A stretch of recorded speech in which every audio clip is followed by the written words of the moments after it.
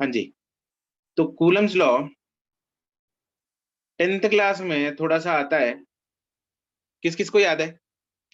Coulomb's law क्या था? Sir वो F is equals to K Q1 Q2 by R square. Correct, correct, Deepti. F is equal to K Q1 Q2 by R square, and it tells the force between the two charges, which can be either attractive or repulsive depending on the nature of the charges. इसमें Q1 Q2 जो है वो charges का magnitude, and R क्या है?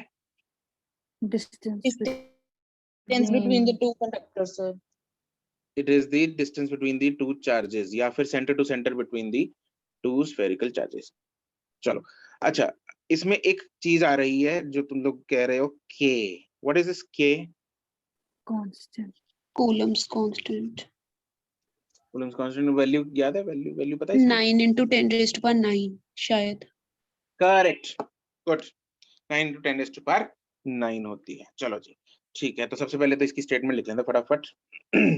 According to this law,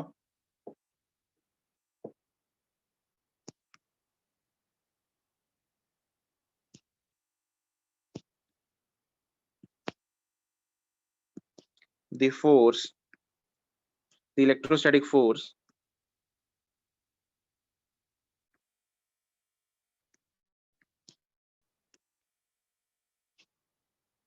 between the two charges is directly proportional to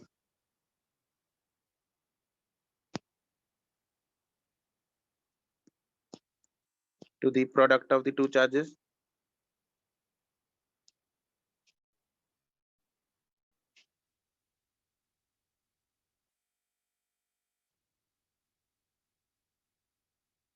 And inversely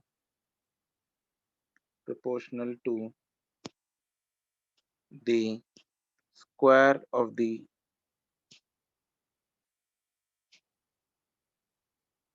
distance between the two charges.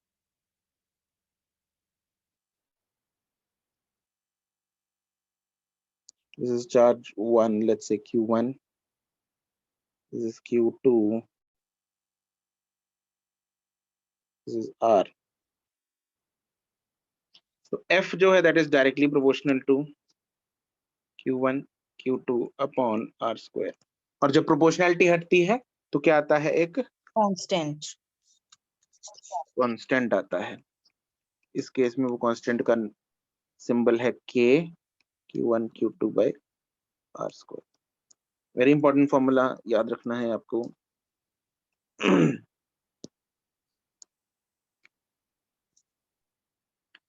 Endless times use होगा.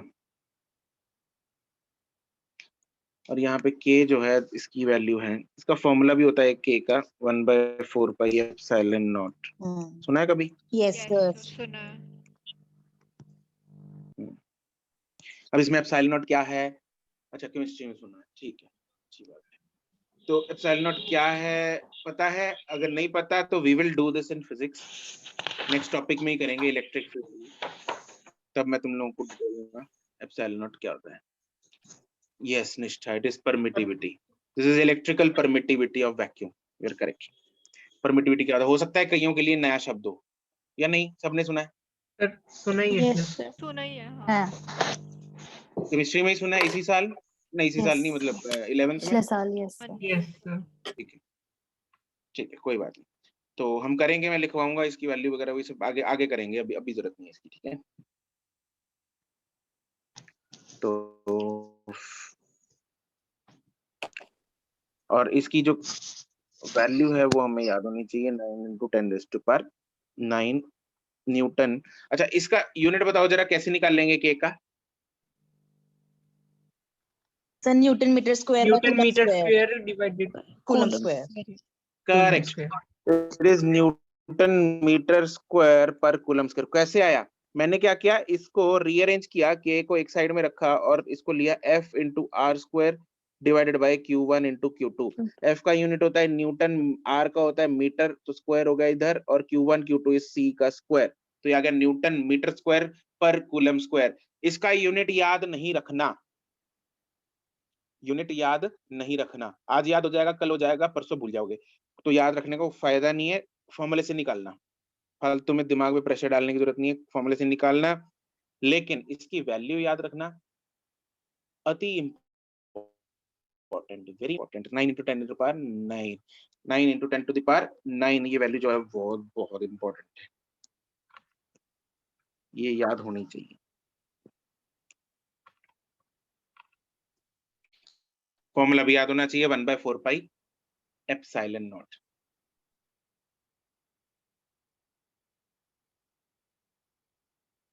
ठीक है, चलो मैं बता ही देता हूं तुम लोगों को एप्सिलॉन नॉट होता क्या है।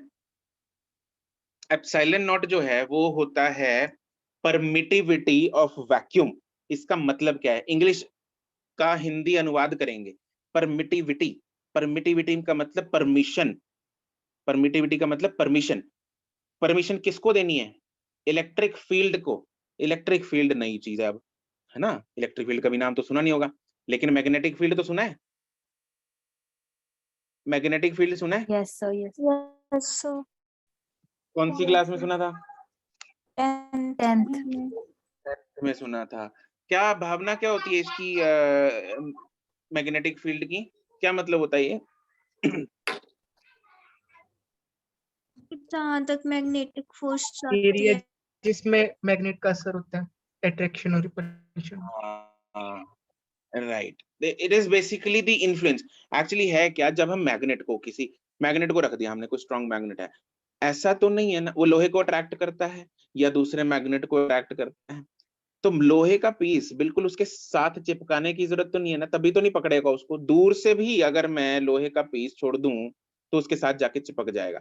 क्यों? क्योंकि उसने अपने आसपास एक फील्ड, मतलब इन्फ्लुएंस वहां पे जनरेट करके रखा हुआ है, जिसका नाम होता है मैग्नेटिक फील्ड, जिसको बोलते हैं मैग्नेटिक फील्ड। वो इन्फ्लुएंस है मैग्नेट का।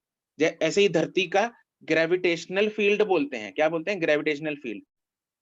पेन जो है, अगर मैं पेन को यहां से ऊपर से छोड़ता हूं, पेन को यहां से छोड़ा, वो नीचे नीचे क्यों जा रहा है पेन? ऊपर क्यों नहीं जा रहा? लेफ्ट में राइट में क्यों नहीं जा रहा? नीचे क्यों जाता है? ग्रेविटेशनल फोर्स के कारण, है ना। धरती ने अपने, धरती के साथ जरूरी तो नहीं है ना मैं पहले चिपकाऊं इस पेन इसको तभी वो उसको पकड़ेगी, नहीं, दूर से भी खींच लेती है। क्यों? आसपास मैग्नेटिक फील्ड जो है वो, सॉरी, ग्रेविटेशनल फील्ड जो है वो इन्फ्लुएंस है, उसका ग्रेविटेशनल फील्ड जो है फैला हुआ है। तो वो इन्फ्लुएंस में, इन्फ्लुएंस के कारण ये धरती के पास जा रहा है। ऐसे ही इलेक्ट्रिक फील्ड होता है। इलेक्ट्रिक फील्ड होता है चार्ज के कारण। अगर मैं कोई चार्ज रख दूं, यहाँ पे एक चार्ज है, उसके आसपास से मैं एक चार्ज यहाँ पे रख दूं, दूसरे चार्ज को अगर यहाँ पे लेके आऊंगा, दोनों मान लो पॉजिटिव है, तो दूसरे चार्ज को दूर से ही धक्का मारेगा वो, हाँ के ना? अरे हाँ के ना? यस क्योंकि वो दूर से ही धक्का मार रहा है ना, जिसके साथ कांटेक्ट की जरूरत नहीं है, दूर से ही धक्का मार रहा है। वो क्यों मार रहा है? क्योंकि उसके इस चार्ज, इसका फील्ड है, तो इसके इन्फ्लुएंस में मैं दूसरा चार्ज कहीं पे भी रख दूं उसको धक्का मारेगा। That is the electric field. ठीक है, ये हम करेंगे भी, टॉपिक है पूरा, एक चैप्टर जितना टॉपिक है इलेक्ट्रिक फील्ड, तो वही करेंगे। उसके बाद बहुत कुछ है, electric field, electric field, electric field, electric field जपते रहे फिर बहुत बहुत देर। तो अब बात आती है एप्सिलॉन। शुरू हमने एप्सिलॉन नॉट से किया था कि क्या होता है एप्सिलॉन नॉट। एप्सिलॉन नॉट होता है, ये कोई भी मीडियम, हवा है, पानी है, या कोई भी एनी XYZ मटेरियल, अपने में से इलेक्ट्रिक फील्ड को पास होने की कितनी परमिशन देता है, दैट रिप्रेजेंट्स एप्सिलॉन। वो किससे पता लगता है हमें? एप्सिलॉन से। एप्सिलॉन नॉट का मतलब है, इसका नाम होता है एप्सिलॉन नॉट। एप्सिलॉन ऐसे ऐसे लिखते हैं हम,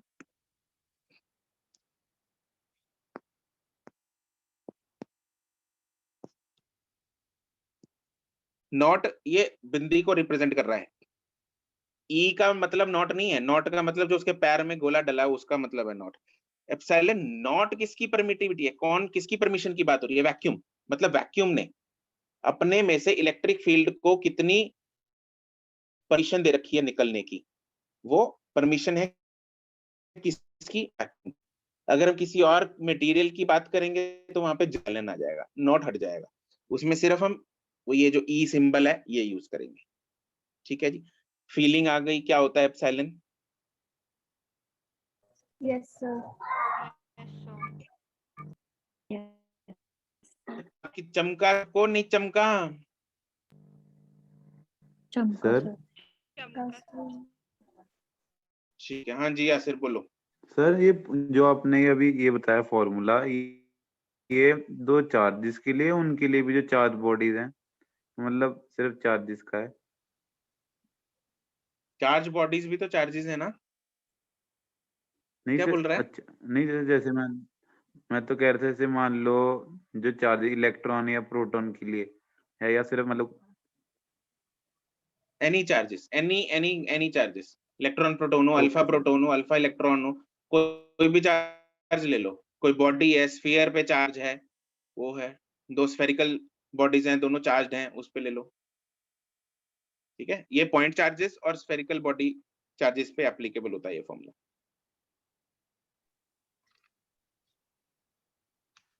ओके, यस सर। ठीक है। अच्छा, यहां तक किसी को कोई दुख तकलीफ? क्लियर है? Yes sir. Yes sir. ठीक है जी, तो एप्सिलॉन नॉट है, इसका मतलब लिख लेते हैं, it is the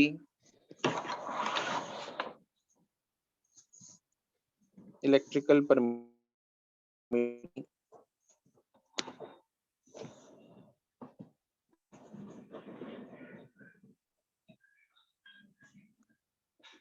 of free space. This is the electrical permittivity of free space.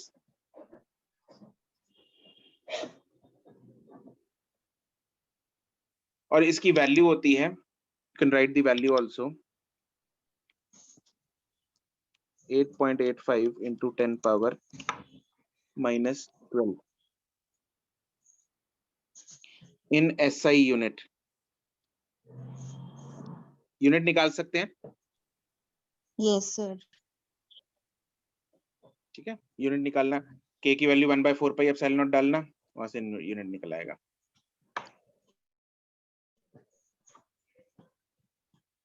ठीक है, चलो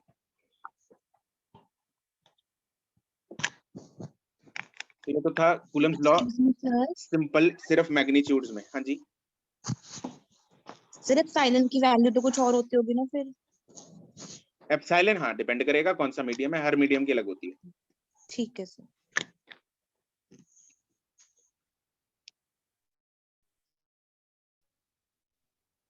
ठीक है, अब बात करते हैं Coulomb's law in vector form. इसी में सबहेडिंग बनाओ, सर कूलम्स लॉ। हाँ जी, सर अगर फिर तो के की वैल्यू भी डिपेंड नहीं करेगी? के की वैल्यू डिपेंड करेगी मीडियम पे। फिर सर जो हम ये 9 × 10⁹ लिखते हैं, ये सारे डिपेंड नहीं वैक्यूम, करेगी? हाँ जी, ओके सर।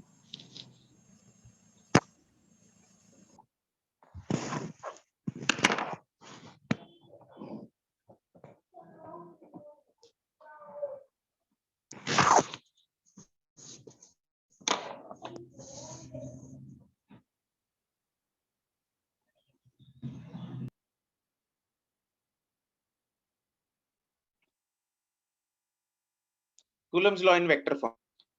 वेक्टर फॉर्म में वेक्टर्स आता है, तुम लोगों को रिवाइज करके आए होगे, है ना? किया हुआ तुम लोगों ने, है ना? Yes sir. सबने किया है ना? Yes, sir. सबकी तो आवाज ही निकल रही। अरे कहाँ सर, वेक्टर यस दोबारा। सर। ठीक है, अच्छी बात है। मैंने बोला था वेक्टर घुसते ही दोबारा यूज होगा, +2 में घुसते ही वेक्टर दोबारा फिर यूज होना शुरू हो जाएगा। तो आज दूसरी क्लास में ही तुम लोगों को थोड़ी फीलिंग आएगी वेक्टर की, हाँ यार वेक्टर पढ़ लेते, सर की बात सुन लेते। चलो कोई बात नहीं, मान लो दोनों पॉजिटिव हैं, चार्ज ये एज्यूम कर रहा हूं मैं, दोनों पॉजिटिव हैं, लेट्स से। अब बताओ जरा भाई, Q1 Q2 को किधर फोर्स लगाएगा? Q1 Q2 पे फोर्स किस तरफ लगाएगा? सर लाइक चार्जेस हैं। सर राइट तरफ। बिल्कुल राइट तरफ। राइट की तरफ, करेक्ट, ये लगाएगा राइट की तरफ, तो ये फोर्स लगेगी इस तरफ F। लेट्स से मैं इसको रिप्रेजेंट कर रहा हूं, force on 2 due to 1, force on 2 due to 1, और 2 वाला 1 पे किस तरफ लगाएगा? लेफ्ट की तरफ। Left side. लेफ्ट की तरफ, ये लगाएगा इस तरफ। This is force on 1 due to 2। इसमें से कौन सी ज्यादा होगी? अगर दोनों दोनों इक्वल चार्जेस, Equal अगर होना दोनों, चाहिए। अगर Q1 बड़ा है तो तो भी तो फिर F21 बड़ी होगी। F21 बड़ी होगी, अगर Q1 छोटा है तो F12 बड़ी होगी। हैं? नहीं सर, इक्वल ही होंगे। क्यों इक्वल क्यों होंगी? सर अगर Q1 मैग्नीट्यूड में है ना, तो अगर Q1 बड़ा है तो F21 बड़ी होगी, कैसे? क्योंकि सर उसका मैग्नीट्यूड ज्यादा है। अच्छा, तो उसने ज्यादा जोर से धक्का मारा, वो बड़ा आदमी है, वो छोटा है, Q2 है ना, बच्चा है, उसने जोर से धक्का मारा उसको। फिर दोनों का हट। प्रोडक्ट तो सेम ही रहेगा, वो दोनों तो है। सेम ही रहेगा। हाँ, सर निवेदिता। अरे भेदभाव नहीं करते निवेदिता।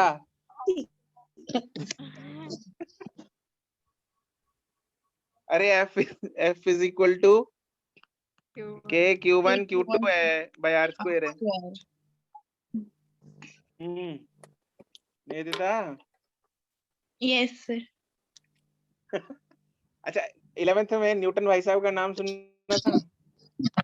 सर ये ग्रेविटेशन वाला चैप्टर में कर रखा है ना हमने एक बार, समझाया था उस टाइम आपने।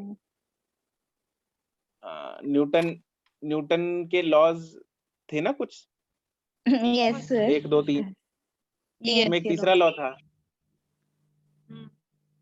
Equal opposite. थर्ड लॉ क्या कहता है? Every action has an equal and opposite reaction. Right. तो अगर Q1 ने Q2 पे फोर्स लगाई 10, तो 2 Q2 भी वाला 1 पे Q1 कितनी को फोर्स 10 लगाए, 10 न्यूटन। लगाएगा? बिल्कुल, तो ये 10 न्यूटन की, दोनों को मतलब सेम न्यूटन की ही फोर्स लगेगी, but equal and opposite. Equal and opposite हमें दिख भी रहा, लॉजिक से अपने को चमक भी रहा है, और मैग्नीट्यूड हमने Q1 Q2 से भी देख लिया भाई, सेम आएगा। और न्यूटन भाई साहब को भूलियो मत, 11th पास करा के आए हैं वो, आपको सारी +1 जो है वो न्यूटन पे टिकी है। Yes. तो अब +1 +2 में भी आएगी, तो है ना, जय बाबा न्यूटन की। तो अच्छा, इधर ये डिस्टेंस हम ले लेते हैं, मान लो R है, ऐसे ही मैग्नीट्यूड। अब हमें R को भी लिखना है वेक्टर फॉर्म में, तो मान लो 1 से 2 की तरफ जो R वेक्टर है उसको मैंने रिप्रेजेंट कर दिया, लेट्स से R21, और जो 2 से 1 की तरफ है उसको मैंने रिप्रेजेंट कर दिया R12। ठीक है, R भी तो वेक्टर ही होता है ना, हाँ के ना? Yes Yes, sir. अरे अरे हाँ के ना? होता है सर, होता है। होता है सर, होता है। ठीक है, अरे जवाब दे दिया करो यार जल्दी जल्दी। ठीक है, तो तुम यहाँ लिखेंगे फोर्स ऑन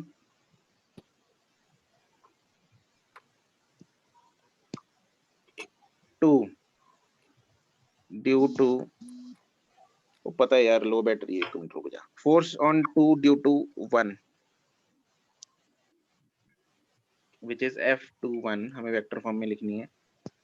फॉर्मूला के Q1 Q2 बाय R कौन सा ले? R21। R21 लेंगे, बिल्कुल सही बात है, लेकिन R21 वेक्टर फॉर्म है, वेक्टर का स्क्वायर तो नहीं कर सकते ना,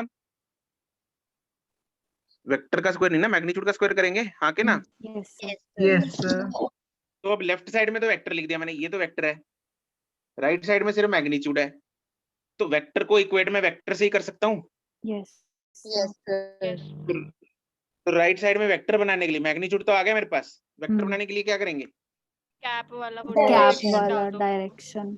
अरे क्या बात है, सही बात है, ठीक है। ये तो मैग्नीट्यूड है, कैप वाले को क्या बोलते हैं? Unit vector. Unit vector. सही बात है, यूनिट वेक्टर। तो मुझे R21 का यूनिट वेक्टर चाहिए। क्या चाहिए? R21 का यूनिट वेक्टर। R21 का यूनिट वेक्टर, उसके ऊपर होती है टोपी, ये देता है हमें डायरेक्शन। और यूनिट वेक्टर को मैं रिप्रेजेंट करना हो तो मतलब कैसे करते हैं? Vector upon This its magnitude. Vector upon its magnitude. Correct, F21 आ जाएगा। अरे तुम लोगों में से कोई ये तो नहीं सोच रहे अबे यूनिट वेक्टर क्या होता था, याद ही नहीं है? ऐसा किसी के मन में तो नहीं आ रहा? आ रहा है कि नहीं आ रहा? नहीं आ रहा sir. आ रहा ना, पक्की गल है। Yes. sir. वेक्टर की दुनिया हो गए। अच्छा, k q1 q2, इधर हमने वेक्टर अपॉन उसका मैग्नीट्यूड लिख दिया, नीचे r स्क्वायर है और एक r है, तो इसको नीचे को r क्यूब लिख सकता हूँ। Yes. Yes, sir. तो इसको लिखते हैं k q1 q2 bye r21 का क्यूब इंटू r21। ध्यान रखना कहाँ पे टोपी लगाई है, कहाँ पे एरो लगाई है, उठा सीधा ना कर दियो कुछ। चलो, ये थी फोर्स ऑन 2 ड्यू टू 1। ये ना बोर्ड्स के लिए इंपॉर्टेंट है, इसके ब्रैकेट में यहाँ पे लिख लो बोर्ड्स।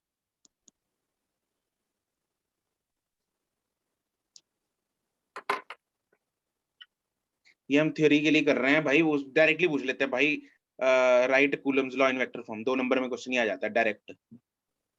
ठीक है, तो ऐसे लिखना है, उल्टा सीधा मत करके आना उधर।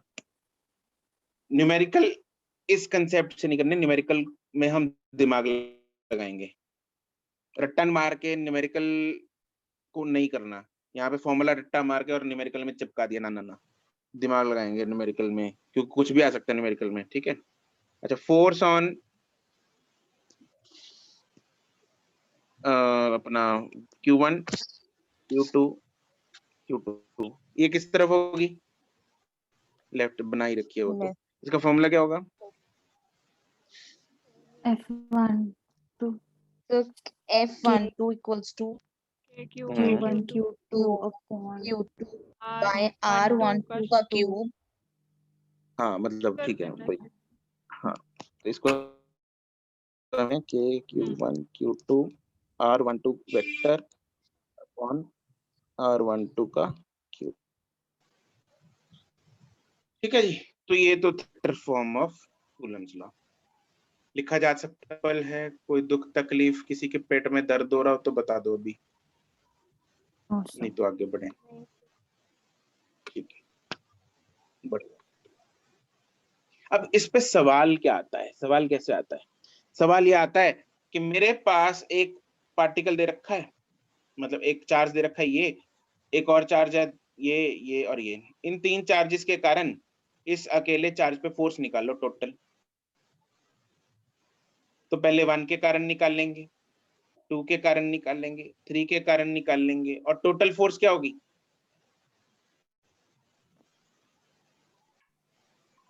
सबका सम, वेक्टर एडिशन करेंगे। सबका वेक्टर एडिशन, सबका वेक्टर सम, करेक्ट। सबका कौन सा सम? Vector sum. क्या करना है? Vector sum. अरे वेक्टर सम क्यों करते हैं फोर्स को? क्योंकि force is a vector quantity. Force is a vector quantity, तो इसलिए ऑब्वियसली हमें कौन सा सम करना पड़ेगा? वेक्टर सम करना पड़ेगा। हमने vector form of Coulomb's law इसलिए नहीं लिखी क्योंकि हमें वेक्टर सम करना है बाद में, ना ना ना, वो हमने इसलिए लिखी है क्योंकि पेपर में आ जाता है, इसलिए डायरेक्टली लिखना आना चाहिए। वेक्टर सम हमें कैसे करना है वो हम दिमाग से करेंगे, कैसे करेंगे उसके काफी क्वेश्चन हम प्रैक्टिस करते हैं। तो लेट्स स्टार्ट। अच्छा, इसको कुछ बोलते हैं, कोई प्रिंसिपल होता है ये? अगर काफी चार्जेस के कारण हम एक पे फोर्स निकाल रहे हैं, कुछ सुना है ऐसा? करेक्ट, आर्यन एंड सिमरन, बिल्कुल, superposition. This is principle of superposition. Proportion में सुना था? Yes, sir. सर सुना तो होगा। कहाँ पर? नहीं मुझे समझ नहीं आया सर, वो नेटवर्क। हाँ SHM में तो किया था सर। अरे यार जागृति, राइट SHM में, राइट वेव्स में, उससे पहले भी किया था ग्रेविटेशन में। ग्रेविटेशन में भी तुमने एक मास पे फोर्स निकाल ली थी डिफरेंट डिफरेंट मासेस के कारण, Yes, sir. वो है ना? स्क्वायर बना ट्रायंगल के एक के एंड पे एक सेंटर मास में, रख दिया। सेंटर में एक मास रख दे, उसके चारों साइड पे राइट, स्क्वायर है। हमने कुछ ऐसा किया था। यहाँ पे एक मास पड़ा है, इस Yes. इन दोनों मासेस के कारण नेट फोर्स निकाल लो। याद है कुछ वेक्टर चीजें? से किया। याद याद। Yes, sir. बिल्कुल बिल्कुल, यहाँ पे भी हम वैसे ही कुछ करने वाले हैं। तो कुछ नया कुछ नहीं है, मतलब it is similar things, but ये जरूर है भाई वेक्टर आना चाहिए, ठीक है? तो जिसने नहीं किया, जिसने ये पाप किया है वेक्टर को ना करने का, रिवाइज ना करने का, तो वो ये पाप अगले 2 दिन में धो ले, संडे तक, ताकि इलेक्ट्रोस्टैट्स, फिर उसके बाद मैग्नेटिज्म वेक्टर पीछा नहीं छोड़ने वाला। मैं बार बार बता रहा हूँ तुम लोगों को, ठीक है जी? इसके आगे लिख लेते हैं principle of superposition.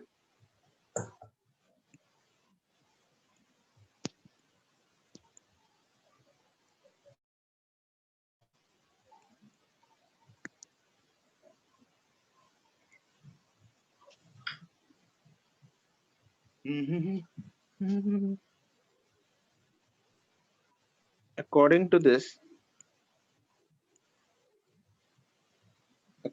this principle,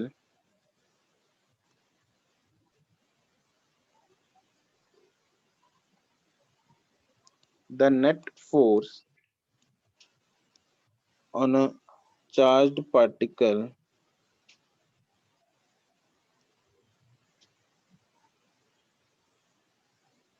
due to the other particles, due to the other charged particles,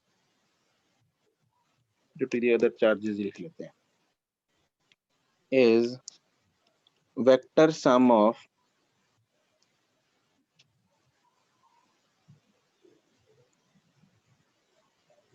individual forces due to the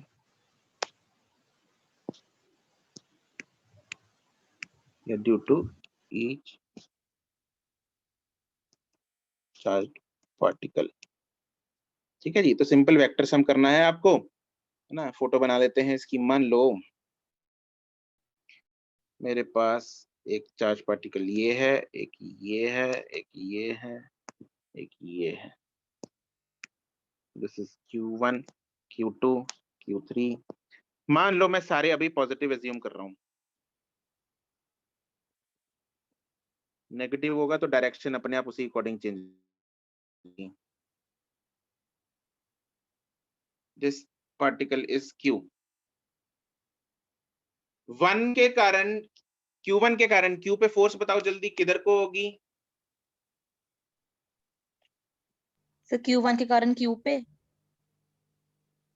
yes, left की तरफ, मतलब उसी की तरफ, Q1 Q की तरफ। टुवर्ड्स Q1 या away from Q1? Away Away from from Q1. Away from Q1। From Q1 मैं अज्यूम कर रहा हूँ। देखो चार्ज अगर नहीं लिखा तो by default it is positive, ठीक है? अगर जी। नेगेटिव लिखा है तो नेगेटिव होगा। मैं यहाँ पे बाय डिफॉल्ट पॉजिटिव मान के चल रहा हूँ। अच्छा एक चीज और है यहाँ पे, क्या हमें ये दिख रहा है, क्या हम ये ऑब्जर्व कर पा रहे हैं कि जो फोर्स है, ये जो इलेक्ट्रोस्टैटिक फोर्स है, this is always along the line joining the two charges, Yes, Yes. sir. Yes, sir.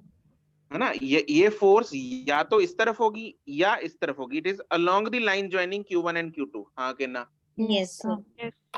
ये फोर्स ऐसे टेढ़ी नहीं जा सकती किधर भी, it will be always along the line, या तो टुवर्ड्स या फिर अवे, हाँ कि ना? ये क्या बात ये समझ में आ रही है? Yes. Yes. Yes, sir.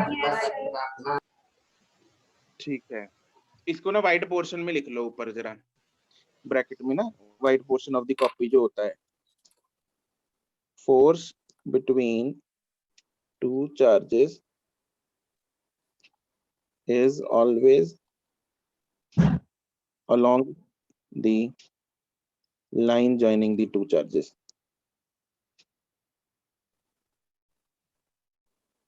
कहीं भी मत घुसा देना फोर्स को, किसी भी, मतलब मन किया तो यार चल थोड़ा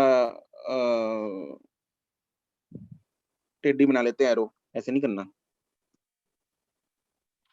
ठीक है। तो यहाँ पे फोर्सेस बनाते हैं। Q1 के कारण होगी फोर्स इस तरफ, this is let's say F1। Q2 के कारण होगी इस तरफ F2। Q3 के कारण किधर होगी, इस लाइन के नॉर्थ अलोंग, वेस्ट। इस लाइन के अलोंग, हाँ इसके अलोंग, इसके अलोंग, ये लाइंस के अलोंग होनी चाहिए। ध्यान से बनाना फोटो, मतलब तुम लोगों को पता है डायग्राम सुंदर सुशील बनाना आवश्यक है, सुशील नहीं सुंदर बस। F1 F2 F3, सुशील का अपने को क्या कराना है। तो F net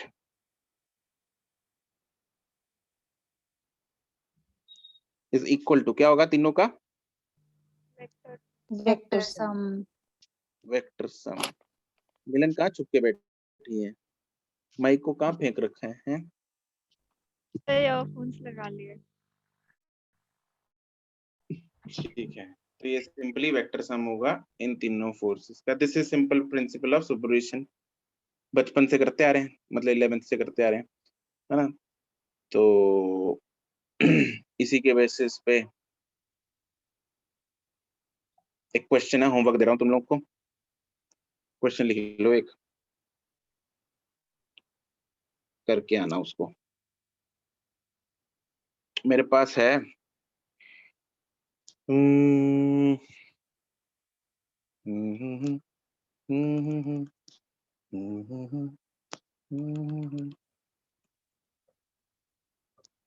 this is 1 microcoulomb, this is 2 microcoulomb, this is minus 3 microcoulomb,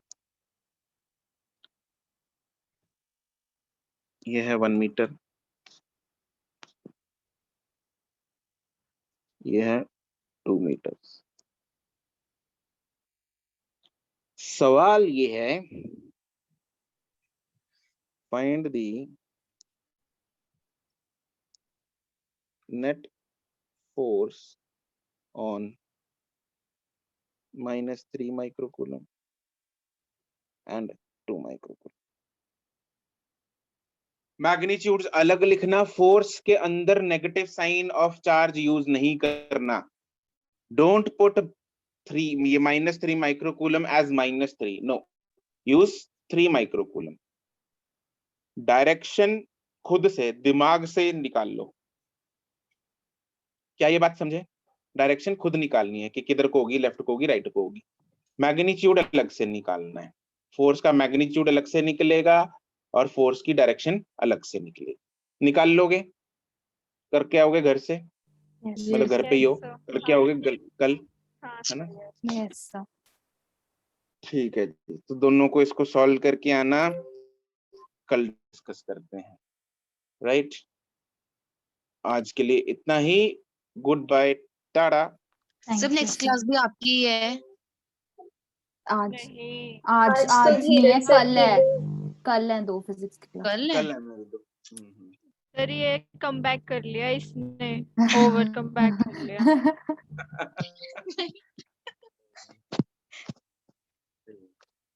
thank you come back ही थैंक अच्छा यू है। Sir. Thank you sir. Thank you sir. Okay, bye bye, bye. Thank you sir. Homework तो नहीं है कोई? हैं? तो homework फिजा यही है आज, बाकी कुछ क्वेश्चंस कल और प्रैक्टिस करेंगे, फिर एक्सरसाइज में से होमवर्क दूंगा। Okay sir, thank you. Okay.